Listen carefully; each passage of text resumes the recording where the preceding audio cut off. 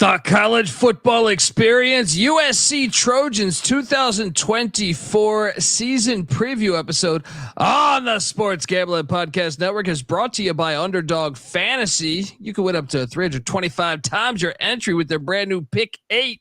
Sign up, and when you do, sign up with the promo code TCESGPN to claim your special pick plus first time deposit offer up to $250 in bonus cash. Yes, they do have college football and college basketball. I know it's summer, MLB. Playing that every day, and CFL as well. UnderdogFantasy.com, promo code TCESGPN.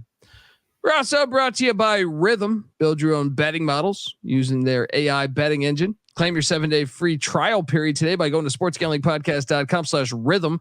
That's RITHMM. That's sportsgamblingpodcast.com/rhythm. Hey, what's up, you degenerate gamblers? This is Bill Burr, and you're listening to SGPN. Let it ride, baby.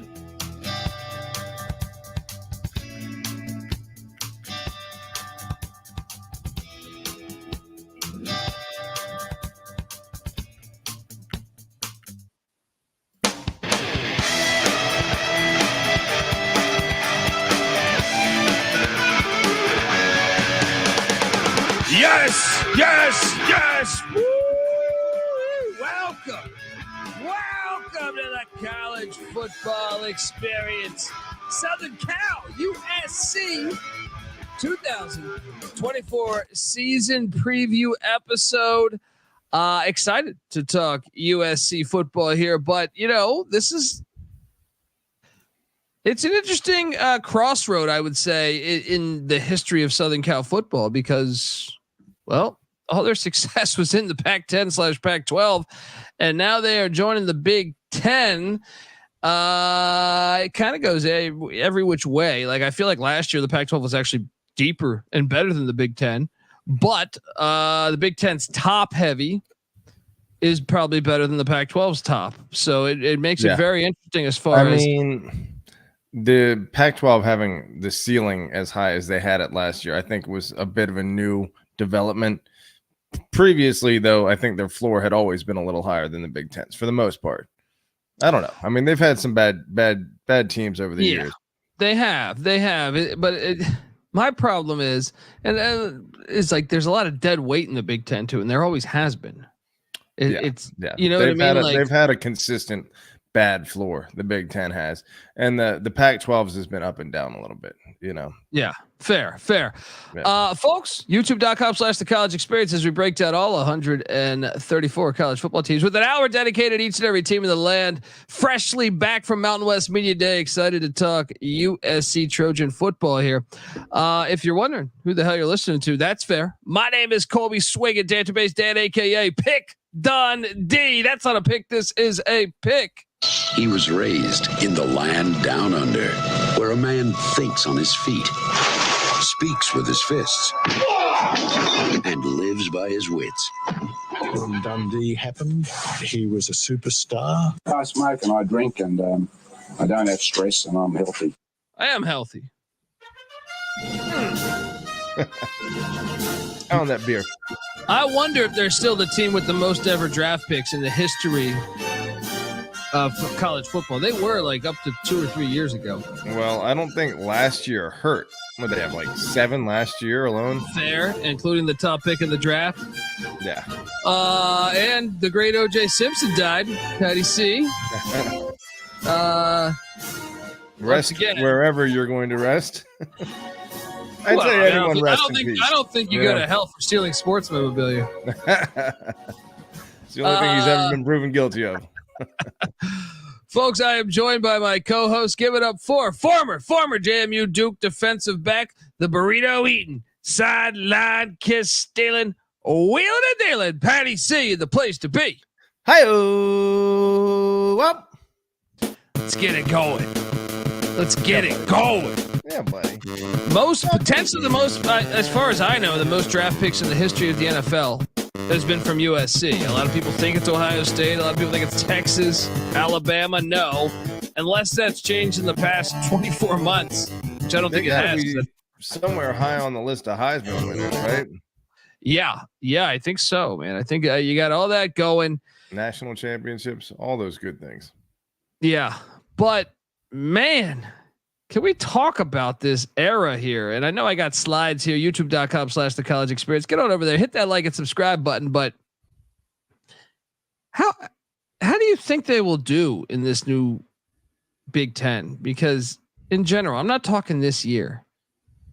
It's a kind of a little bit of a gamble because the mileage will be going against you. Now, yes, the floor on some of these teams, it could be bad, but you're gonna like they looked out for you this year, the schedule makers. I think in the coming years, though, you probably will get some colder games there.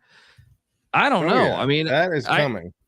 It's a questionable gamble from them. I know it's like a bunch of money, but I still wonder, had you just stayed in the Pac-12, because they're them leaving was kind of the starting point of the destruction. You would have had an automatic bid on most years. I mean, that you were Oregon, some years Washington, I guess, some years Utah, I guess. I don't know, but yeah, USC definitely caused the Pac-12. I mean, they were they were the big piece there, the big piece that fell there, and they're also the one that blocked a bunch of schools coming in a couple years ago too. Yeah. So they really almost solely responsible for the Big Pac-12 falling apart. How do I think they're going to do though in Big Ten play? I can tell you one thing, which we're going to get to, but I think their defensive stats will be better. If you're looking at Big 12 defensive stats, there's a lot of factors. Pac-12. Pac-12. I keep saying that. Yeah. No, the Pac-12 doesn't exist anymore. So I mean, if you look at USC's Big 10 defensive stats, generally amazing, and not coincidentally, or I would say, not coincidentally, their offensive stats are terrible. I think there is causation there for the defensive stats to be so good, and I think USC will benefit from that. Interesting. I wasn't thinking about that. I was thinking maybe if your run defense was bad last year, it might be much, much worse this year. You could be right about that, but I just feel like if teams are just not moving the ball as much, there's a bunch of shitty offenses in the Big Ten. Yeah. It's actually the conference with the most shitty offenses for like the past 20 years. When you really think about it, there's a lot of shitty offenses in the Big Ten. Oh yeah. Like Northwestern under Pat Fitzgerald's 20-year tenure or whatever, never had a good offense in my opinion. It's a long time. Iowa hasn't had a good offense. And I love Iowa, but not since Brad Banks has that offense really been rolling. Drew Tate, Indiana, typically not an offensive. Minnesota not known for a great. Rutgers horrible. Maryland, I guess a little bit of lately, yeah, but historically ass. Yeah. Wisconsin even. You don't have they 1 year they had good quarterback play, right? But that's only been 1 year. Fuck. Yeah, I think they're. I mean, Alex Grinch, tough timing because it's going to make them look that much worse when they come in and improve drastically. That's a good point. That is a very good point, folks. Look, we're gonna dive into all of that. Alex Grinch, public enemy number one is the Big Ten. Look, the USC Trojans season preview on the Sports Gambling Podcast is brought to you by the Sports Gambling Podcast, and they're getting you ready for the college football season with their conference previews. I'm on every episode. Go check them out. Tune in wherever you get your podcasts or the SGPN app, which is free to download in the App Store and Google Play Store. All right, we are here talking USC Bruin or UC. USC Trojan. It's late. Fuck this me. Is a Pac-12 after Vegas. Dark. I'm freshly back from Vegas. Team preview. I just spent a lot of time. My apologies. First off, my apologies. But yeah, they hired. You know what? No, I'm not apologizing. You got a bunch of players from UCLA in the portal, and you hired their defensive coordinator. No, the USC Bruins. You're the USC fucking Bruins. All right. Yeah. Shout out to the chat. Daniel, longtime listener, hell of a good guy. Shout out to Magic Man Blanco. I mean, this is an exciting time.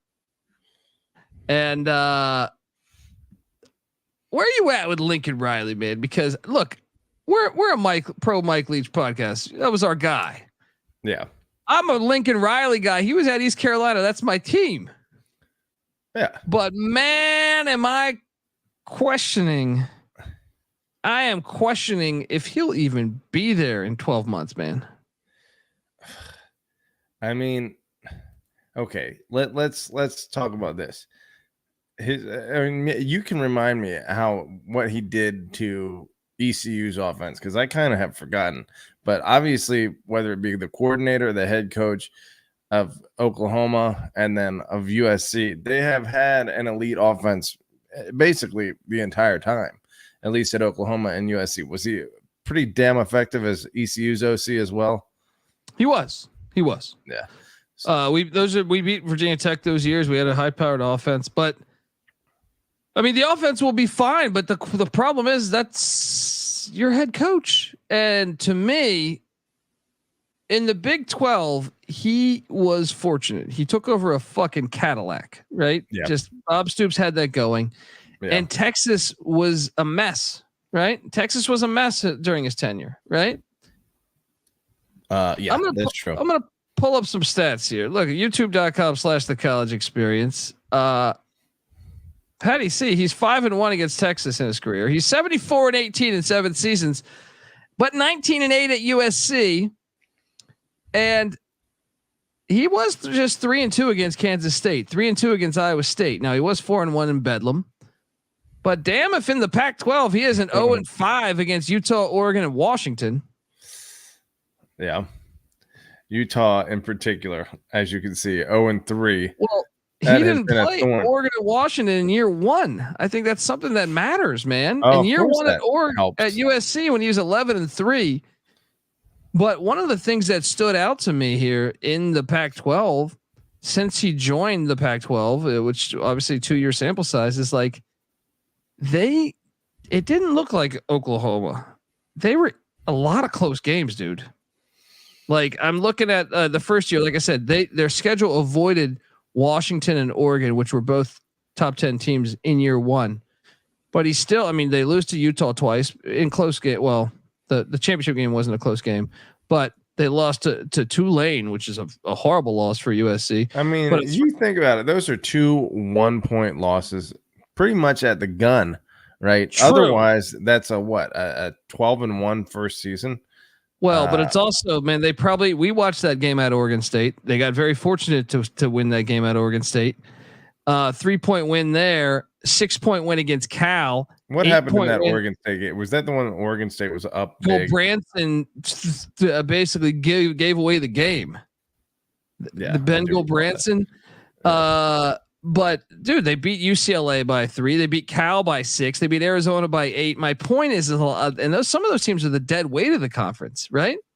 Yeah. So, and then you look, like I said, they didn't play Oregon and Washington that year. Then again, in year 1, if you're taking over for a 4-8 team, getting wins at all, you're supposed to win close when you're, in a first year scenario. The fact that he was able to crank out 11 wins in his first year, they weren't really a 4-8 team though. Yeah, probably not. That's like the shit. Like if your coach quits midseason, like the whole team quits. It happens all the time. Yeah, that's true. They had gone 8-5 and 5-1 the previous year in COVID. So that's a pretty. I mean, that would be a 10-2 season if you obviously. They had the first pick in the draft. Yeah, you know what I mean. Like, well, then you look back at last season, man, and you say, okay, they lost at home to Utah and their 3rd-string quarterback, this pig farmer who can't even throw a forward pass. Right? They just did power running with him all game. It was hilarious. One of my favorite wins of the season. And Kyle Whittingham's a fucking genius. But they got smacked by UCLA. Lost to Oregon and Washington and Notre Dame as well. Got smacked by Notre Dame.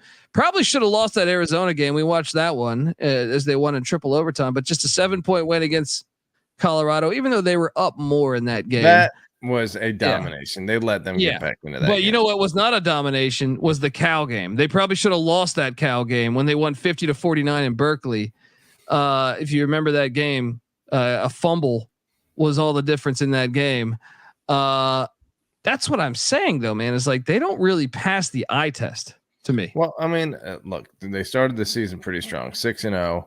Obviously, shit hit the fan on the second half of the season. None of those teams are any good. Those are Arizona's the only team with a winning record. Well, I guess San Jose State won. They were 7-5, but They should beat San Jose State every time. But right? they handled most of those teams. I mean, Colorado, I mean, Arizona, I guess you have to give them credit for winning that game. You know, it might have been a triple overtime game. That's a win against a 10-win team. I mean, Arizona blew that game more than USC won it, in my opinion. Okay, maybe. Okay, but either way, 6-0, and most of those first 5 games were blowouts, at least at some point during the game. Now they let Colorado back into it. Then the 6th game of the season, they get to 6-0 by beating a team that eventually wins 10 games. So at that point in the season, as a USC fan, you have to be pretty happy. But shit definitely hit the fan in the second half of the season. However, a lot of those losses were respectable, you know. Still, like when I look at this, their first 5 games of the season, dude, didn't play anyone. You had Stanford with a brand new head coach, Arizona State with a brand new head coach, Colorado with a brand new head coach. All right. Yeah. Like Nevada was one of the worst programs. We knew that coming into the year. I like Ken Wilson, but we knew that he was going to be fired. San Jose State was the only decent win in those first 5 games. Right. Yeah. And that was a group of 5. You know what I mean? Like they hadn't proven anything. Yeah. If anything, like all the physical football teams they played, I mean, maybe Arizona would be the only one they won, but that's what I mean is like when I picture the Big Ten, I picture physical football teams. Notre Dame's physical, Utah's physical, Oregon's physical. Notre Dame made Caleb Williams' life hell. I went back and watched the highlights of that game. 3 interceptions, it felt like, in the first half of that game. It was just like, whoa, they're making this number 1 draft pick, a generational Heisman winner, look like, you know, terrible. Yeah. Yeah. Well, my point, the reason why I asked this is I think there's a lot of pressure on him. Like when you're at Oklahoma, you were the most talented team, you and Texas. And even with that, you were 3-2 against Kansas State. You were 3-2 against Iowa State, right? Yeah, the teams that were close were still getting the better of you sometimes or semi frequently. Well, look right there: Utah, Oregon, and Washington, which are the top 3 teams in the Pac-12 in his 2 years there. He's 0-5 against them. Yeah, and guess what? Oregon and Washington are joining the conference with you. Yeah, yeah. I mean, they're still pretty far behind Oregon. I think they probably jump ahead of Washington for this season. I don't know as a program. I'd say they're probably going to be slightly ahead unless Washington makes a great hire, but or you know, unless Jed Fish works out as a great hire, I should say. But yeah, I mean, I think they're going to be okay. I think Utah remains a thorn in their side, but fortunately, they don't play them this year, so that's a little break. But yeah, and then you add in the likes of Penn State, Michigan, Ohio State, and even Wisconsin, and it's like, yeah, things are going to get harder, you know. Well. And they're not going to play Utah in the foreseeable future, I don't think. But Daniel in the chat, is there pressure? Like, does anyone take this program seriously anymore? Yes. I mean, they went and stole Oklahoma's sitting fucking coach, dude. This is like that statement's accurate for UCLA. It is not accurate for USC. Like USC went and stole the sitting head football coach at Oklahoma. Yeah, that shit matters, man. That's a relevant football program. Yeah. Like Oklahoma, you could argue is the most like USC, Oklahoma, maybe only about 5 teams you could argue is the most prestigious program in the country. Oklahoma has won championships in almost every decade, almost, or at least been very good in every single decade. Yeah, they're top. I think we looked it up the other day. They're like number 6 all time in win total. You know, in college football wins all time. That's pretty big to be able to steal that team's coach. Yeah. We're going to talk more about USC here in a second, but what I tell you, the Trojans fight on. 2024 season preview episodes brought to you by Underdog Fantasy. Pick 8 is now live. Create entries up to 8 picks, and Underdog will automatically double flex entries so you can miss up to 2 picks and still win your entry. With more picks to make and extra ways to win, the excitement is higher than ever. And the best part is you can win up to 325 times your original amount. You can also now use specials and boost on all flexed entries. Don't miss your chance to try it out before it's gone. So sign up. And when you do, sign up with the promo code TCESGPN to claim your special pick plus first time deposit offer up to $250 in bonus cash. UnderdogFantasy.com, promo code TCESGPN. We're also brought to you by Circa Survivor and Circa Millions. Yes, I was just out staying at Circa for the Mountain West, media days. This Circa is incredible. Get out there. All right. Circa Sports is back with Circa Survivor and Circa Millions, giving away $16 million in guaranteed prizes. And of course, Circa contests have no rake. Circa Millions, pick 5 NFL teams ATS each week and compete for $6 million or survive the NFL gauntlet to claim the $10 million prize. Sign up in person at Circa Sports between now and September 7th and use a proxy to play from anywhere. We actually have a deal with footballcontestproxy.com to save you $50 with the promo code SGP. So check that out. But look, if you don't have your trip booked yet for Las Vegas before football season, may I recommend Ultimate Contest Weekend? That's a great time to go out. And if you go, you can hang out with my pals, Stacking the Money Green and Ryan Real Money Kramer from the Sports Gambling Podcast and enjoy some of the open bar events at the greatest sports book in the world, August 22nd through August 24th. All right, we are back talking Trojan football. USC, the chat's rocking along. Get on over there. USC's NIL is a dumpster fire at this time. Sort of. I don't know that I fully agree with that. I mean, I do think they have some challenges, but I also think dude, they just went and got Eric Musselman. You know what I mean? Like, there's in basketball, and I think Lincoln Riley, last year at this time, everyone would have him as a top 5 rated coach. Yeah. Tough year. Not me, but everyone would. What do you think led to that tough year? I mean, was Caleb Williams a distraction? Was his he made those statements about, I want to win another Heisman, a national championship, then I want to top Tom Brady in terms of Super Bowl wins and MVPs and all this stuff. And it's just like, this dude, rightfully so. And it seems like, I have nothing against Caleb Williams. Seems like a cool dude. Definitely has some, out there comments, and, his mojo is a little off or irregular. So part of me thinks that maybe there's a little bit of a head case in there, but maybe he's just a great football player with a unique personality. But, obviously. If I'm being honest, I just think they're not that good, and I don't think they were that good the year before. I thought the year before they just didn't play Oregon and Washington. Had they played Oregon and Washington, I think they would have lost those games. Yeah. How much of it is Alex Grinch? And because the talent, I mean, seven draft picks, the talent is clearly on the roster. True. I mean, some of that was Alex Grinch, sure, but I also believe it goes back to our thing. Does this work? I mean, Lincoln Riley's made the playoffs and got his ass whooped in almost every game when he was at Oklahoma, with the exception of the Georgia game. Yeah, it's true. You can have a, finesse, offense based team and outscore teams, which is what they did while he was there, just by having superior talent in most games. But when it comes down to facing real talent, having a kind of gimmick pass for, I mean, we're going to get into their passing versus their rushing statistics, but it's an understatement to say they're a pass first team. USC is fucking, at one point, was running back you. Yeah. You know what I mean? Like, they were cranking them out. OJ Simpson. Billy White. Charles White. Charles White. Yeah. Anthony. I'm drawing a blank on his name in the 70s, but Marcus Allen.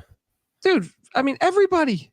Reggie Bush, Lendell White, Ricky Irvins. You can go on and on. They all went to the NFL. I'm forgetting some right now. It's a questionable move to just punt on running the ball, which is essentially what they've been doing. But I don't know. Like I think it's a big time year for Lincoln Riley, but I would say that I don't think they were that. I don't think this was like. I thought they played at the similar level from the year before. They just lost more because the schedule was harder. Yeah. Well, I'll tell you what. Anthony Davis. That's what I was going for. Thank you. Yeah. Anthony Ricky Davis. Bell as well. Yeah. I almost said Anthony Lynn. Yeah. Marshawn Lloyd was their bell cow running back, and they usually don't have a big back. I feel like they've been a speed back team for a long time. Marshawn Lloyd, 215, power back out of South Carolina, still not getting bell cow level carries. 11 games and 116 rushes. So that's just over 10 rushes per game. You got to give your bell cow more carries than that. Yeah. but it's not, I don't know that's going to happen with Lincoln Riley. We'll see. Yeah. One thing I will say, Patty C, I have their worst losses since the year 2000. Which one is the worst? Is it that one to Boston College and Chestnut Hill? It's probably. Why do I feel like that's the worst one? Now I will say this: Utah didn't join the Pac-12 into what? 2012 was it? 11, something like that. Jeez, and they've lost 8 times. Woo, woo, woo. I don't understand conference realignment. How are they like the Big 12's got nobody, but hey, USC's in the Big 10. Guess what? Utah has fucked up USC over the past decade. Yeah, Kansas State also won a home and home against them in not the past decade, but that was under Pete Carroll, I believe. So Kansas State 2-0 against USC. Yeah. BYU 2-0 against them too, I believe. Big 12 just dominates USC apparently, except for the schools that are coming in, like Arizona State, and Colorado. Just Utah, I think that was a Mountain West team. But anyway, what's the worst loss there? Georgia Tech, Paul Johnson, triple option, fucking up USC. I'm gonna say Boston College. Yeah, Tulane is one that stands out too, but that was a good Tulane team. That was, folks. Look, we're going to talk about the Trojans 2024 offense in a second here, but I want to tell you, college football experience is brought to you by Rhythm. If you're betting on player props, then you need to download Rhythm. Rhythm is the go-to sports betting tool that transforms complex data into actionable insights, empowering bettors with smarter, data-driven decisions. Unlike other platforms, Rhythm's combined advanced predictive analytics with an intuitive user experience, making betting both easy and enjoyable. Rhythm's predictive models were born from the brains of MIT data scientists and quants with over 3 years of data that help drive you to better AI-backed betting decisions. Claim your free 7-day trial period today by going to sportsgamblingpodcast.com/rhythm. That's RITHMM. That's sportsgamblingpodcast.com/rhythm. Oh, man. I mean, and how about Oregon State and Washington State catching them 5 times? Because they didn't play every year. So it's like, I would they were in divisions. Yeah. Wager that since 2000, USC has dominated both of those series. But I don't know about dominated though, because they probably only played 16 times, maybe. I'm guessing. Sounds I don't about know. Right. I mean, what was the model? The model was, and probably even less than that, because they would play Stanford and Cal every year, because even though they were in the opposite division, they wanted to protect those California rivalries. So the other 4 teams in the North, they would only play that's what I'm saying. Like going through the Washington every State, other they year. didn't play that much. Yeah. Yeah. But I find it ironic that Oregon State and Washington State are the ones you would think that these programs would be like complete doormats. Like Wake hasn't beaten Florida State or Clemson in like one time in like 50 years. Meanwhile, Washington State and Oregon State are just holding up pretty strongly against USD. Getting their share and getting some big ones, I mean, I don't know that Wazoo ever, knocked off USC at their peak, but obviously that Oregon State one will always stand out. I was looking at that. That was like back-to-back years, I think, or 2 out of 3 years. That Oregon State got them? Yeah. They're really good Pete Carroll teams. Yeah. Anyway, let's jump into the talk a little offense. Lincoln Riley, he obviously is pretty damn good at calling an offense. I know that. And Josh Henson is his OC, but it's really Lincoln Riley's offense. Henson is his O-line coach slash OC. So it's Lincoln Riley. Yeah, it's Lincoln Riley. Third in the nation scoring offense, 41.8 points per game. Patty C. That was second best in the Pac-12. How the fuck was that not first? Oregon. 10th in yards, 467 yards per game, second in the Pac-12. 5th in passing. I'll tell you this: if you put up 333 yards per game in the Big Ten passing, you're going to be first place in the Big Ten. Yeah. You were fourth best in the Pac-12. 91st in rushing. I mean, that may be the flip side of this, is maybe the Big Ten is just not ready for what USC is about to bring offensively, because Ohio State's like the only one, and Brom at Purdue. At Purdue would fire the ball a fucking USC has similar talent to Ohio State or maybe close to Ohio State at this point. And guess what? Ohio State, even though they had a great, statistical defense, they've gotten a little bit softer defensively against power rushing teams. And I guess they've just been able to use game control and the fact that they're able to keep the opposing offense in a predictable situation because they're so far ahead in the game due to their own explosive offense that they're able to put up pretty good defensive stats. I think USC has potential to be like Ohio State Junior in the Big Ten. Look, I will say this.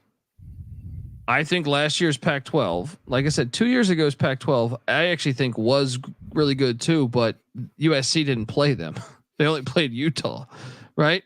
They didn't play Oregon and Washington. DePauw was fire at Washington that year too.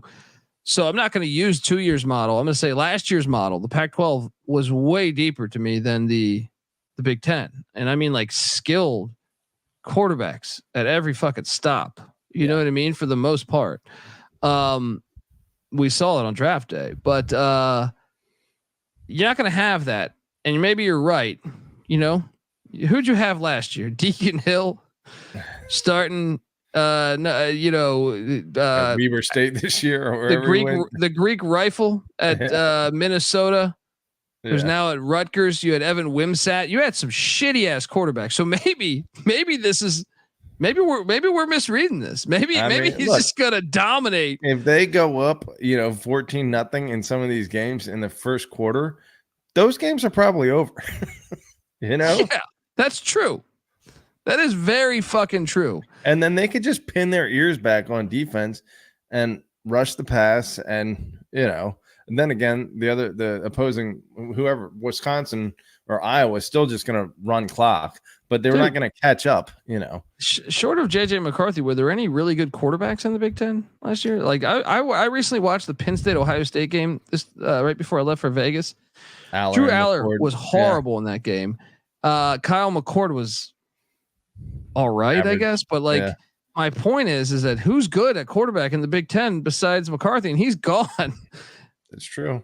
It's going to be Dylan Gabriel, and it's going to be the Pac-12 quarterbacks. Yeah. All the Pac-12 quarterbacks are going to come in and ignite this firing the ball this league.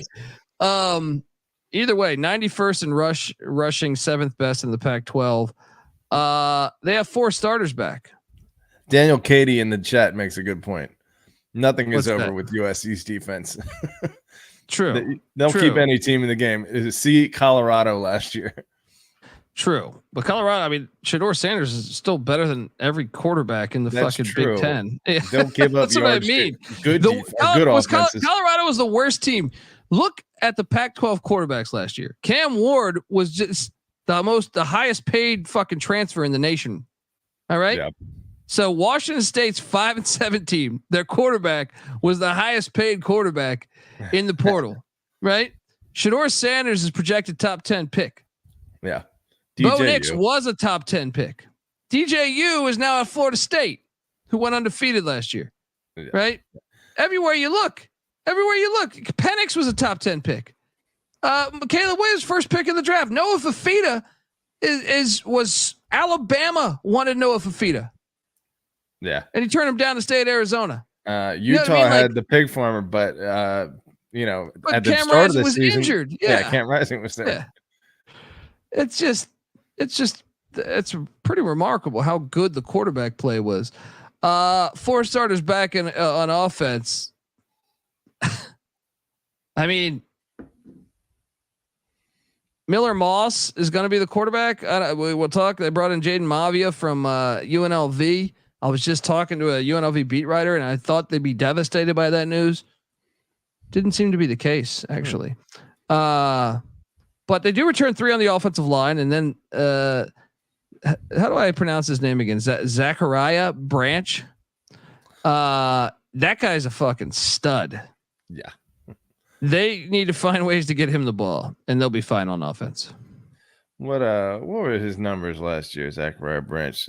As a true freshman last year, he popped early in the season. Only 31 catches for 320 yards. However, as a return man, I think that's where he really shine. What is it? 24 returns, 442 yards, 18 yards per, and then 20.8 yards per return on punt returns. Oh, that's a crazy number. Now, if do we think it's going to be Maiava or Miller Moss? I think it's going to, after that bowl game against Louisville where Miller Moss looked pretty damn good. I think it's going to be Miller Moss at the quarterback spot. But Patty Miller C, Moss, his completion percentage over 2 years. Now, granted, the year before it was a 1-game sample size, and he was like 12 of 14, but that was like 85%. And then last year he was 70%. So if he can maintain in the 70s as his completion percentage, that offense is going to be fine. It'll be fine. I think. I know 4 starters back. You're supposed to panic, but in the portal they add Jaquavian Marks, or Woody Marks, he's calling himself now, the running back from Mississippi State, familiar with Mike Leach's offense. It makes sense. Jayden Maiava, we'll see. I think he's talented. He flashed for UNLV last year. Kind of love what they did with the receiver spot. Now they brought in Jaden Richardson, a JUCO, but Charles Ross was. We'll see if he could play at this level, but he was very good at San Jose State. I've used him at DFS a lot. And then Kyle Ford coming over to the USC Bruins. I mean, fucking LA, man. Fucking LA. Jay Fair comes in from Auburn. They bring in a kicker, Michael Lance from Georgia Southern. Long snapper, Hank Pepper. Don't sleep on the long snapper from Michigan State coming in. Let me say this about Woody Marks. Came in last year the same as Marshawn Lynch. His year before in the SEC, about 5 yards per rush, exactly 573 rushing yards, just like Woody Marks had this past year at South Carolina. And then boom, up to 820 yards. The year before, Travis Dye had 884 yards. So I think the top rusher in that system is going to hit the 800-yard mark. So Woody Marks is going to have a decent year statistically if things follow suit. Plus, from a yards per rush standpoint, Lloyd jumped up to 7.1. So I think that spread kind of offense is going to open things up, and Woody Marks might look like a statistically better player and maybe get drafted a little higher than he would have if he had stayed at South Carolina. You mean at Mississippi State? All right, Mississippi State rather. Yeah. They did lose some guys though in the portal, buddy. Malachi Nelson, 5-star transfer. That's a big 5-star freshman. He now goes to Boise State. He's starting at Boise. Raleek Brown to Arizona State and them Sun Devils. Darwin Barlow to North Carolina. Matt Colombo to the Toreros of San Diego. Michael Jackson, he to the Georgia Bulldogs. That means something to me. Georgia coming in and taking a wideout, but also Mario Williams. You remember Mario Williams was a freshman at Oklahoma? He was fucking good. Yeah. Now he's going to Tulane. What a get for the Green Wave. I don't know what the hell happened in LA. It never really worked out for him in LA the way I thought it would. I still think he's very talented. I think that's a great get for the Green Wave. Maybe I need to reassess the Green Wave. It's easy to see a tide turn. But Dorian Singer, this is a guy that was a stud at Arizona 2 years ago. He's now going to Utah. Jaden Moore also hit the portal, hasn't landed. Jude Wolf. Hey, Jude. I just interviewed you at Mountain West Media Day the other day. San Diego State. I do think he's going to be very good under Sean Lewis's new offense. Cooper Lovelace, projected to start at Northwestern. Jason Zondamela to the Florida Gators. That's a ton of Power 5 guys. That well, how about the offensive tackle? High level group of 5. Yeah, Michael Tarquin to Oklahoma. I mean, they lost a shit ton of guys. And why do you think that is? Why were they so weak? You know, I guess they got a few guys. Maybe this could be, I know the chat was talking about NIL Collective. I still think they're strong. They're a private school pussy team with a ton of money. All right. I like to say private school pussy, not that's not driven to USC specifically. It's to all private school pussies. But USC fits the bill though. Let's be honest. Yeah, they do. All right. And I don't know, man. Like you would think that you would bring back Malachi Nelson might have started this year. I mean, I guess Miller Moss had a leg up on him, but I mean, I don't know. Would have been a competition. Yeah. Sure. Jackson to Georgia, Mario Williams Singer. Those are like good fucking players, man. Like I don't know. Well, let me tell you what. Like, not that I'm drawing a blank on his name. Who's the Georgia quarterback that last won two national championships? Little 5'11" guy, Stetson Bennett. Yeah. When Carson Beck came in, I said, okay, this is just, you're not going to be able to replace what Stetson Bennett just did, even though obviously Stetson Bennett isn't Caleb Williams. But there's kind of a next man up thing there where it's like, oh, now Carson Beck, an unknown, is stepping in and looks like a top 10 draft pick. We might find that that's the case with Miller Moss too. Yeah. Look, any of these quarterbacks under Lincoln Riley, they all look amazing. Yeah. I mean, you can go back to East Carolina. Our quarterback play was always very good. And that backups came in, injuries happened. Oklahoma, same shit, Spencer Rattler, Baker Mayfield, whatever you want to fucking say. I mean, Jalen Hurts, they're going to be fine there. They're going to be fine there. But I am a little surprised on the portal losses they suffered there. Defensively, 118th in the nation scoring per game, giving up about 35 points per game. That was second worst in the Pac-12.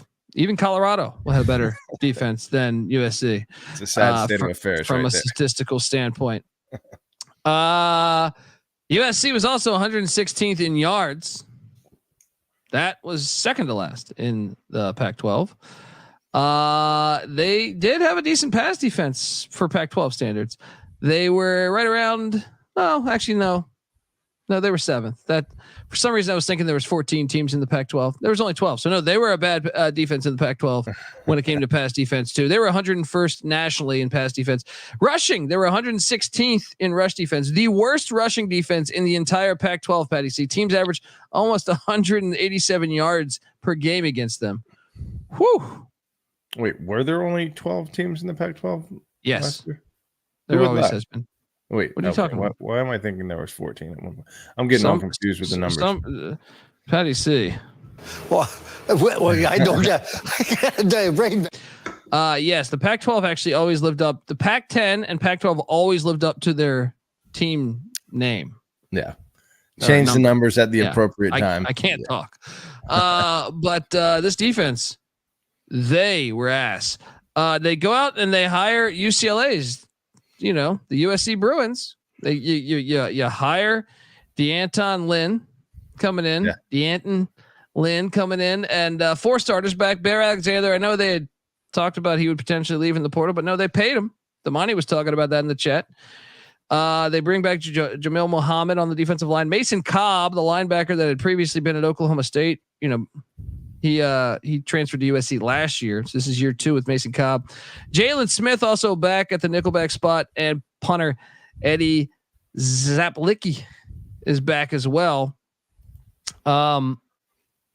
Still, I mean, I guess your defense was horrible last year. So, I mean, I get him out of there.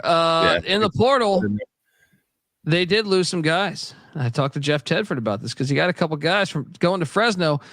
Romello Height goes to Georgia Tech.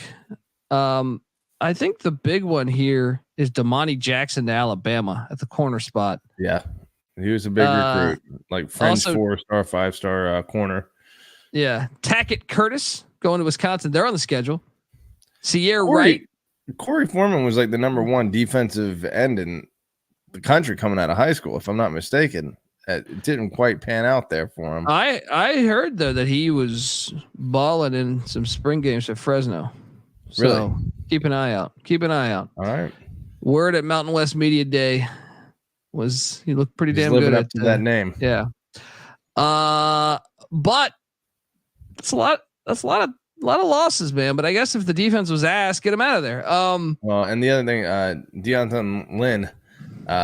1 year after coming from the Ravens, which is also obviously a nice little pedigree to bring from the NFL down into the college ranks, but then took UCLA in his 1 year at defensive coordinator from number 87 in total defensive yardage down to number 10.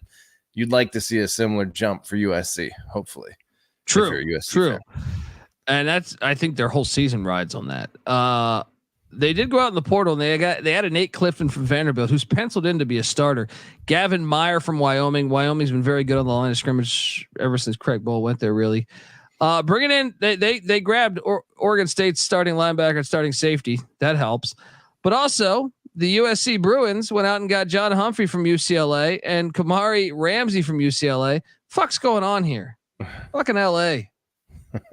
Yeah, is anything sacred anymore? No loyalty. You fucking cowards. Do Crips and Bloods change teams? That's what I'm saying. What's going on? That's what UCLA, USC. It should be that's sacred. Right? Come on. Does the president at Warner Brothers leave for goddamn Fox? All right, Probably. maybe, probably, yeah. but yeah. Anyway, kind of sucks. You're supposed to not like USC if you're at UCLA. What the hell's going on here? Yeah. They brought a cornerback to Carlos Nicholson too, Mississippi State. Greedy Vance from Florida State, who was previously at LSU before that. That guy's been at every damn school in the country. Patty C, how do you think this defense will be? Honestly, like, is this defense going to be pretty darn respectable this year? They do have a Marcellus Williams as a corner that I know they've been raving about. That's a freshman. So keep an eye out on him too. But I think statistically, just based on the schedule that they're facing, it's still going to be a not pretty, probably bottom half of the country kind of output there on the defensive side of the ball. Yeah. And one of the things I would say would be, they tried to back out of that LSU game they opened the season with. Bitches. I respect USC for never playing FCS teams, but they did try to back out of LSU. And I saw that the Ole Miss game was canceled for next season. Now, I think that was mutual. Because I think they're pressing the SEC 9-game conference schedule, which we all want. Right. But should be noted though. Well, I think that fate may have intervened on their behalf, because I give them decent odds to win that game in Vegas against LSU. No, we're going to get to it in a second. Yeah. Yeah. Look, folks, here's the win total. 6.5 wins, Patty C. And get this. It's juiced. Let me just make sure it hasn't changed. Hang on one second. But plus 2,200 to win the Big Ten. Yeah, actually I am seeing it right now at 7. I swear it was at 6.5 when I did this morning, when I made these graphics. It's at 7 minus 125. If you shop around, there is a 6.5 out there. The under is plus 1 or plus 100. So yeah, 7. I'm currently seeing it at 7 this very second over at DK. That makes it a little harder. Yeah, but I was shocked that it was at 6.5. Where's it juiced? It's actually juiced to at 7 right now. It's juiced to the over. It's minus 125 to the over. So, I don't know. To make the 12-team playoff plus 400, to not make the 12-team playoff minus 600, to win the national championship plus 6,500. What's most shocking there? I know that says 6.5, but pay attention to that as 7. What's most shocking is plus 400 to the playoff. That's a tough schedule, to. You think they can make it? No, like plus 400. Am I reading that wrong? You are. Plus 400 means that Vegas is not seeing them to make the playoffs. You having a few sandwiches short of a picnic over there? Huh? I don't know. I feel like the best one is probably the win total. If you're going to play this, let's jump into this. Week 1, Las Vegas. For some stupid reason, they're playing this in Vegas. I hate that. Play it on campus. Do it home on home. Allegiant Stadium sucks. I'm trying to be convinced to go to this game right now between friends. Yeah, I just don't really have any desire to go to this game because of the setting. It's a Sunday, right? Yeah. I mean, there's nothing else on. Presumably, maybe 1 or 2 other shitty games. As far as I know, I haven't looked at the Sunday slate yet for opening weekend. But assuming that it's the only game, that's not that far of a drive. Pretty good game. Maybe worth going. I know you don't love the setting venue. sucks, dude. That's what I'm saying. Like, it's such a corporate NFL game. It is. You know what I mean? It's like consider the ramifications. One of those two teams, the winner is likely going to find themselves in playoff contention at the end of the year. I think USC could win this game and still miss the playoffs. LSU, I do think that one might matter a little bit, but I don't know. The game's just boring to me. It's like if it was on a college campus, the way college football should be played, I'd be more inclined to go. Okay. Well, let me ask you this: the game between Florida State and LSU, both of the last 2 years, neither one of those was at a college stadium on campus. Yeah, and they were boring. No, the one 2 years ago in the Superdome was an amazing game. I don't know how you could possibly call that boring. That's just you being anything stubborn. in the Superdome is boring. I've never seen a good game in the Superdome. That's a stupid opinion. Fuck you. All right. How about that? All right. Okay. Utah State week 2. So no, I got them losing to LSU, but I mean that's a winnable game. I think they could beat LSU, and I think between that and Michigan, they get one of them. Not me. I favor LSU, but I think USC could win that game. I'm not gonna LSU would be like a 2.5 point favorite. If it was in LA, I would take USC probably. But LSU week 1, we've seen them a number of times, whether it be Florida State, whether it be UCLA. They have all the hype in the world. They're just typically not like a dominant team. Sure, every few years you have a great LSU team. Is this the team that's going to be that team? I don't think so. Dude, we saw USC lose by like 1,000 to Bama week 1. Remember that? Yes, but again, LSU and Bama aren't the same program. As close as they've been. I think LSU's roster is better than USC's right now. You're right. You're right about that. From a coaching standpoint, it's probably a pretty similar situation, although LSU is breaking in a new offensive coordinator and a new quarterback. So I expect there to be some more kinks on the defensive side of the ball. Nussmeier started some. He got some start. He got some reps. Yeah. I mean, both teams sucked on defense last year. I think both these teams are kind of almost identical. They are very similar. They're both kind of like pass happy teams right now. Like, I don't know. I think it's like I said, I think LSU's roster is a little bit better. And I also think LSU will have the crowd. So I heard the numbers of how many people from New Orleans or from Louisiana were going. It's going to be ridiculous. Yeah, it's a gigantic amount. So I lean LSU, but like I said, you're not going to.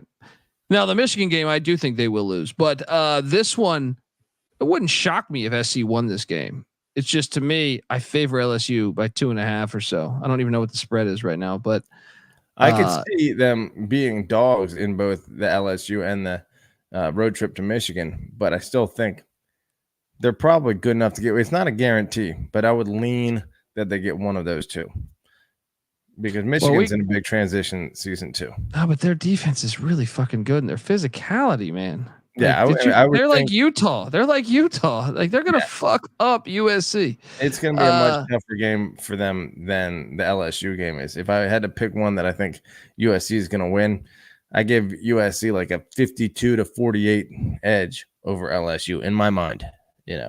Which doesn't match up to all the things that we're saying, which is that LSU is the slightly better team, which I agree with you. I think they are. I just think that the situation and being out west and it kind of being a home environment for USC that they're used to, whether that be playing in the Pac-12 championship game.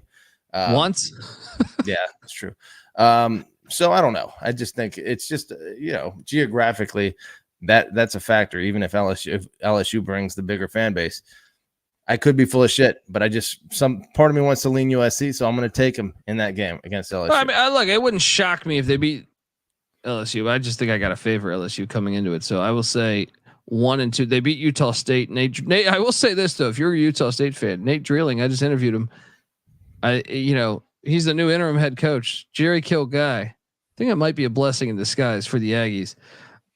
And by the way, if that's your easiest game, hey, SEC, take notes.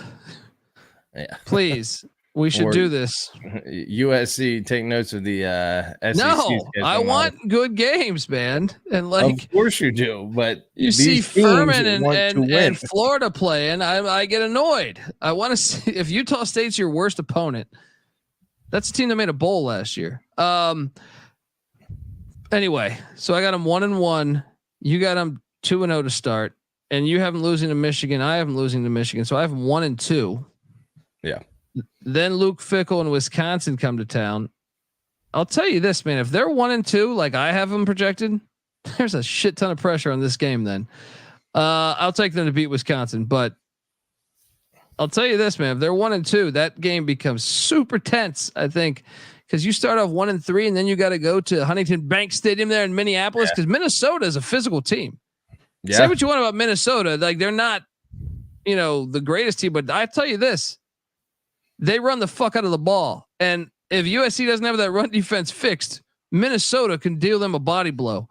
Do you think there's going to be a distinctive home field advantage for USC against Wisconsin? Yeah, a little bit. Sure. Yeah.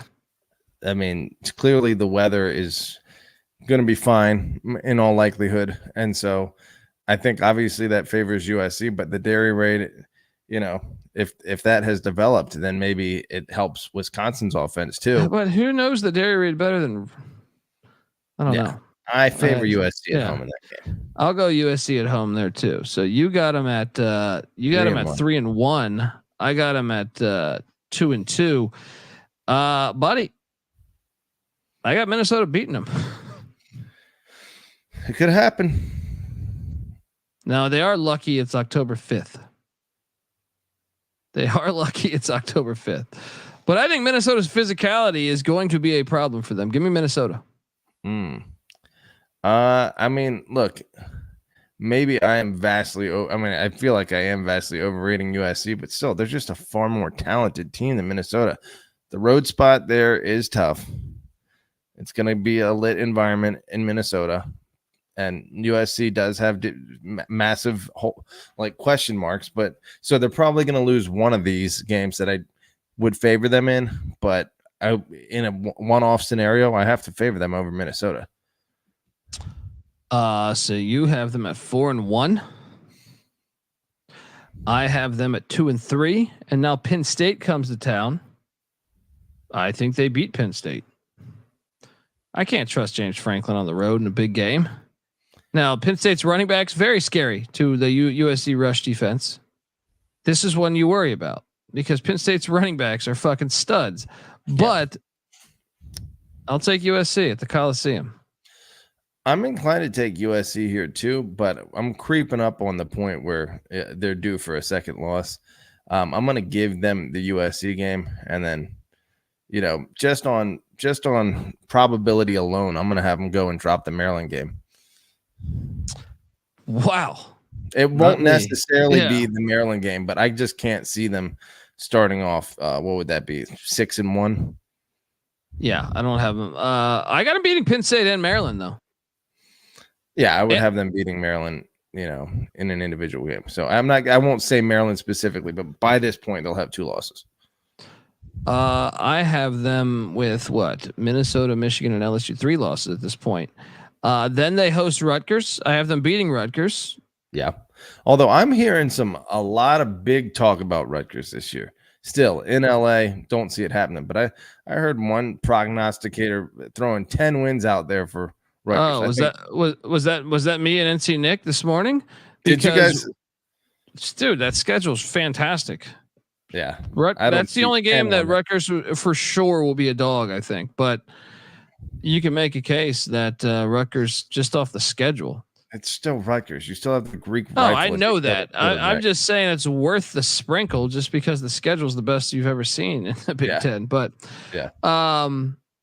at Washington's on is an interesting one on November 2nd. Now, by this point in November, you normally see those first year coaches, turn that corner. I'm still taking USC because I am not very high on Washington this year, and I'm actually not sold on the hire either. The coaching could come around. Obviously, Fish. What did it take? 2 years for him to really get it Three. going? 3. 3. Okay, Yeah. so I mean, I think it'll probably take a little time at Washington, even though they were clearly going last year. But like you said, a lot of the talent left, so I think they need to replenish the cupboard a little bit. Then you get a bye week November 8th, and then you have the Nebraska Cornhuskers coming to town. I believe Lincoln Riley's 2-0 against Matt Rule, maybe 3-0. I forget. I thought I read that like a couple weeks back. But anyway, I will take USC to beat Nebraska on the 16th. I will too. I think that's a pretty fair bet there. And then Deshaun Foster. Now he is a UCLA Bruin, but judging by the history of these UCLA Bruins, that means they'll end up on USC staff in a little bit here. Yeah, I'm not really high on UCLA. USC gets the dub here in the Rose Bowl. What are you doing here? So what do you have? You have them 8-3. I have them 9-2 at this point. Yeah. And then they're home to Notre Dame. I favor Notre Dame right now, but not by much. Yeah, that's been a good game lately, but I feel like Notre Dame is an 7-8 point favorite in that game as it stands. So I just feel like the physicality of that. So I got them 8-4. But I'll tell you, this could be pivotal for them making the playoffs. If the 9-3 can get you in the Big Ten, probably 9-3 would get you real close. Yeah. And with this strength of schedule, should be pretty fucking. I never understand strength of schedule though, because you'll see like, I always think it's a sham because it doesn't make any sense to me. It's like they don't, dock teams for playing an FCS. How does that not involve? It doesn't make sense how it is not a part of the strength of schedule, really. They need to have like a much more clear point system. Really, it seems corrupt to me. It always seems corrupt to me. It's like you look at it, you're just like, what the fuck am I missing here? There's never any rhyme or reason. Home games against most of their top opponents here, or at the they have one game against a team that they'll probably be dogs on the road, right?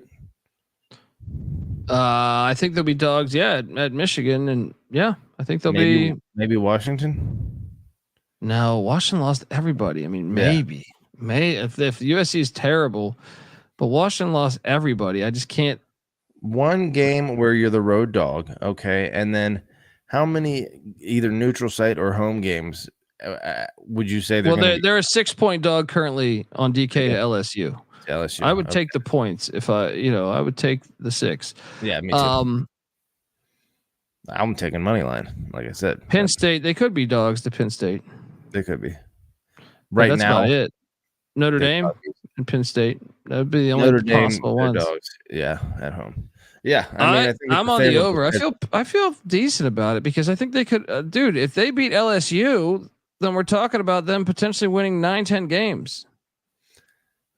Yeah, I mean it could turn into a very good season. As Daniel Katie in the chat says, it could turn into a full-on nightmare. But it could. He could get fired this year. Like what? Let's play the other side of this coin. They lose to LSU. They lose to Michigan. They get upset by Wisconsin. If you're 1-3, watch out with Minnesota and Penn State on deck. You could be 1-5. 1-5. All I think it would take. I mean, they'd have to miss a bowl. No, 6-6 might get them fired. Dude, they have a new athletic director. They have a brand new athletic director. Normally, they like their own guy. They would have to stir up a scandal as well as like him going like 6-6 for him to be booted. I think 7-5 probably keeps him around for one more year. 6 could he go 5-7 with this roster? He certainly could. If he starts out 1-5, and then you lose to Nebraska and Notre Dame or something, or Washington and Notre Dame, you could be 5-7. Yeah. That would be a tough year. However, that is not anywhere in Lincoln Riley's history. I guess 7-5 last year in the regular season was as close as he ever got to that. But call me crazy. If you compare this, I don't know. The schedule is harder than last year's. From like your worst teams on this schedule are better than the worst teams from last year's schedule. However, you had some tricky road spots. You had to go to Notre Dame. You had to go to Oregon. And I even say, I mean, Cal was a little bit tricky, but I don't know. I guess Maryland's kind of like the Cal game. But I think they're going to have, especially if things come together, we might look up just like we did for Michigan a few years back and say, hey, this team has more talent and has performed better traditionally than this 1 year bad season that we just witnessed. Everyone is thinking it's going to be the same thing as last year. Maybe they just return to the form they were the year before. And what is that? That's a 10-win team, Still, I would say though that like if you look at the year before, they didn't play that hard of a schedule. It wasn't that daunting. Well, what was harder, this year's schedule or the one from 2 years ago? This year's is harder than 2 years ago, in my opinion. That's true. Because they didn't play Oregon and Washington. That's what I'm saying. Like, yeah, no, this year's is definitely harder than 2 years ago. Yeah, so maybe 8-4. 8-4, I think is. I mean, 7-5 is a conservative bet, but that would be that would push. That would push. I lean over though. I think. Let me ask you this: short of throw out LSU, because LSU Nussmeier we know is actually good. Yeah. Are they playing any other good quarterbacks? I guess Riley Leonard, the final. They pretty much go the entire season without playing. Like, who the fuck knows what Michigan has a quarterback? Is that Alex Orji? But there's not good Riley quarterbacks. Leonard will be healthy by then, and I mean, aside from that, there's no Nebraska has got the freshman Dylan Raiola, but we've never seen him play college football at a high level. Call him a good quarterback yet. He may end up being that, but as a freshman, that's why USC. That's why your argument of like, can they outscore all these teams? Because I don't know about the quarterback play for these teams. I want to look at something real quick that I did not look at prior to the episode, and that is, let me get to that real quick. Team defense for UCLA last year, from a rushing standpoint, they were the number 2 rushing defense in the nation. But some of that is the Pac-12 passes the fuck out of the ball. Well, the USC was number 119 in rush defense last year. So it's not like, teams were just passing all over. USC got the ball run down their fucking throat. Still, but UCLA managed to play some great defense last year. If that turnaround is anywhere near what UCLA experienced last year, then USC could be in for a great year. But we have to wait and see on that. Yeah, but at the same time, like I'm looking at UCLA's schedule right now. They played they didn't play Oregon, they didn't play Washington, so it's like you didn't play 2 top 10 offenses. You know what I mean? Yeah, that's true. That dilutes your stats to me. Like, is it when you would like if you played Washington, then that wouldn't hurt your rush defense so much as it would hurt your pass defense. But again, just playing a very good offense generally would hurt your yards. Overall yards defense. are yards. Yeah. Yeah. But I don't know. It's gonna be fascinating to watch. But I still think if I'm calling for 8-4, which is the over, which I think you should play if you're a USC fan, and I actually think it's a solid bet. This might be on my locks pod. Because I feel pretty good about this. Like, I feel pretty good that I think your floor is 7-5. Like, realistically, like, could they go 5-7? Sure. Yeah. But I think like nightmare scenario. You're pretty safe. You're pretty safe with the 7-5 season, I think. Yeah. I'm excited. Which again, shopping around still may be an over, as of this morning, that was the over. Yeah. So folks, get on over there. Check it out. Get your wagers in. All right. I'll jump back to this. Patty C. My point though is the 12-team playoff, which I know you were having a hard time understanding it, but processing plus 400 to make the playoffs. If you go 9-3 and your name is USC and you should have a great strength of schedule because you don't play a fucking FCS. And you play 11 Power Fives. You should probably be in, right? If you go 9-3, you should be in. I think 9-3 is right on the fringe. I think it depends on the other Power 5 teams that you're going against. I think 10-2 might be it. I should do a quick, study of this. It's going to take a little more time than we have on this episode, but I feel like 9-3 would typically be about the record of a Power 5 team finishing number 12. You know, every single team on this schedule, with the exception of Nebraska, was in a bowl last year. That's concerning. That's pretty wild. Yeah, it's a tough schedule. Yeah. Anyway, I will take the over. I feel decent about it, and I will say, if you're going to do that, if you're thinking like me, jump on that plus 400 to make the 12-team playoff. Because, like I said, I have them 8-4, so they'd be out. But that LSU game, that Notre Dame game is 50-50. If you just win one of those, I think you're in. So let me ask you this.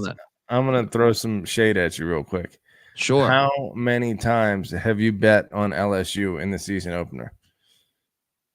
The past 2 years. I don't know. Actually, you were on UCLA. I was on UCLA to beat them. That was with Orgeron though. And I actually thought LSU should have won 2 years ago. Last year they got their ass whooped. 2 years ago, that was the blocked extra point. You know, you could easily say that LSU deserved to win that game. I thought they were the better team that game. Yeah, but I just think LSU finds ways to lose, and especially Brian Kelly will find a way to. But he's got a great record historically against USC. Yeah, that's true. So he's not going to be scared of them. I could be wrong on that. It could be 8-4. It could be 7-5. But either way, the over feels pretty safe. Yeah, I'll take the over as well, folks. Give Patty C a follow on Twitter at PattyC831. I'm on Twitter at TheColbyD. We're breaking out all 134 teams. We got the Wisconsin Badgers going on tomorrow morning. And followed by tomorrow afternoon, we do have the UCLA Bruins. And then on Tuesday or maybe Monday night, you'll catch the Washington Huskies, as that will conclude the Big 10, and we'll jump into the Big 12. It's the Big 12. But yeah, I'm on the over. Patty C's on the over. Shout out to the chat. We appreciate you jumping in, talking about this. Yeah, I feel decent about this one. Yeah, check out the Stadium Heads podcast where we talk about the Coliseum. I think it's one of the best stadiums in all of college football. Really, not all of college football. I'm going to say all of football. There it is. It's way better than SoFi. It's way better than Allegiant. One of the more underrated stadiums, I would say. Location matters too. It's in a great location. It's perfect. The whole style of it, so fucking unique, historic. Yeah, it's almost like the warm weather Soldier Field. Yes, It really is. It really is. And Soldier, they even fucked up. But I'm saying it's a perfect stadium. It's a perfect stadium. Yeah. College football should always be played there. That's what I'm saying. LSU should be playing there. And that stadium, listen to the Stadium Heads podcast because we break it down. I think it's awesome that, the history of that stadium, if you really do a deep dive on that stadium, it's got a lot of it. Every great player ever has played there. Almost every great coach ever has coached there. The history, you know what I mean? If these walls could talk, check it out. Stadium Heads podcast. Also check out the FCS College Football Experience, as well as, we have the Sports Gambling Podcast Network, the Bottom Line Bombs, the College Basketball Experience. Eric Musselman coming to LA. He's already here in LA. Let's go. He's bringing in transfers left and right. Also check out the College Baseball Experience as well. YouTube.com/the College Experience. Hit that like and subscribe button, folks. Until next time, this is the College Football Experience. Fight on style. You better start thinking about yours. And we out of here. Run and shoot.